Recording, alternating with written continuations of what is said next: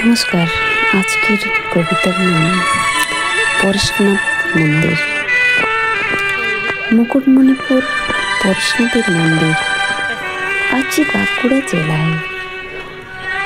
যেমনি জায়গার নাম ধাম তেমনি আছে জায়গার অপূর্ব বাহার। তার কাছে পাহাড় আছে জল জঙ্গল, আছে পরেশনাথের মন্দির। মায়ের সামনে বাবা আছে, পাথরের উপর বসে আছে। যাতায়াতের রাস্তা আছে, থাকা খাওয়ার হোটেল আছে, ড্যাম আছে, নৌকা আছে, আছে জলের উপর ঘোড়ার গড়।